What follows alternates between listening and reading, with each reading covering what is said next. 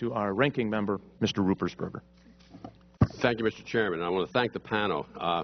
On my years on the Intelligence Committee, I see the four of you, General Burgess, Director Petraeus, Director Clapper, and Director Mueller. I think your leadership in the intelligence community is as good as I've seen it with a couple other your members, General Alexander and other members in this committee. And we look forward to having an open hearing. We know that there are many things that are classified that we can't talk about to protect our country, but I think it's important for the public to understand as they can and we can inform them on what's going on and why intelligence is so important.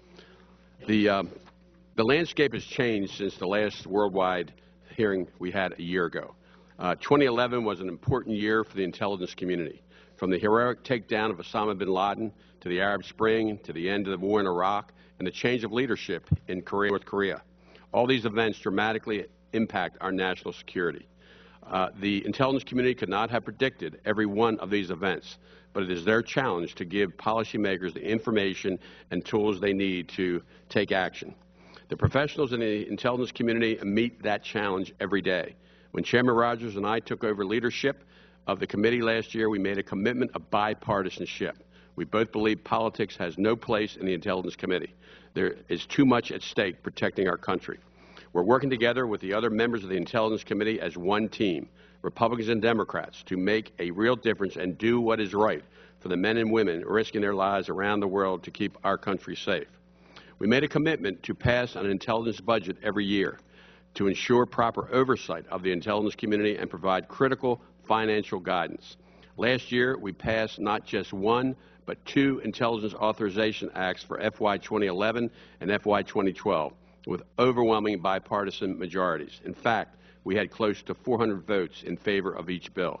And in this area of partisan politics, those numbers are pretty impressive. Last year marked the 10th anniversary of September 11th attacks, when close to 3,000 innocent Americans lost their lives. On that fateful day, we learned the Intelligence community was not sharing critical information that may have been able to prevent the tragedy, and the IC was not working together as well as it could. We spent the last 10 years trying to change that. The raid that eliminated al-Qaeda leader Osama bin Laden proves we've come a long way. It is clearly the most monumental intelligence achievement in recent memory and was the result of far-reaching teamwork. Our intelligence professionals worked together across different agencies, pulling together hundreds of pieces of information. They were methodical and persistent, and utilized every resource, capability, and authority they had. They figured out where Osama bin Laden was hiding, and they brought him to justice. But the threat from foreign terrorists as well as homegrown violent extremists still exists, and we cannot let our guard down. We must work together with our international allies to deny a safe haven for terrorists around the world, while also staying vigilant as we stop those who want to hurt us here at home. The intelligence community must continue to work hard to collect, analyze, and share information about the threats we face on our own soil as well as around the globe. No one could have predicted that a street vendor setting himself on fire in Tunisia could have sparked massive protests across the Middle East and North Africa, ushering in the turbulent Arab Spring. The leaders of Egypt, Tunisia, and Libya are no longer in power. These countries are attempting to embrace democratic ideals, but their future is still uncertain.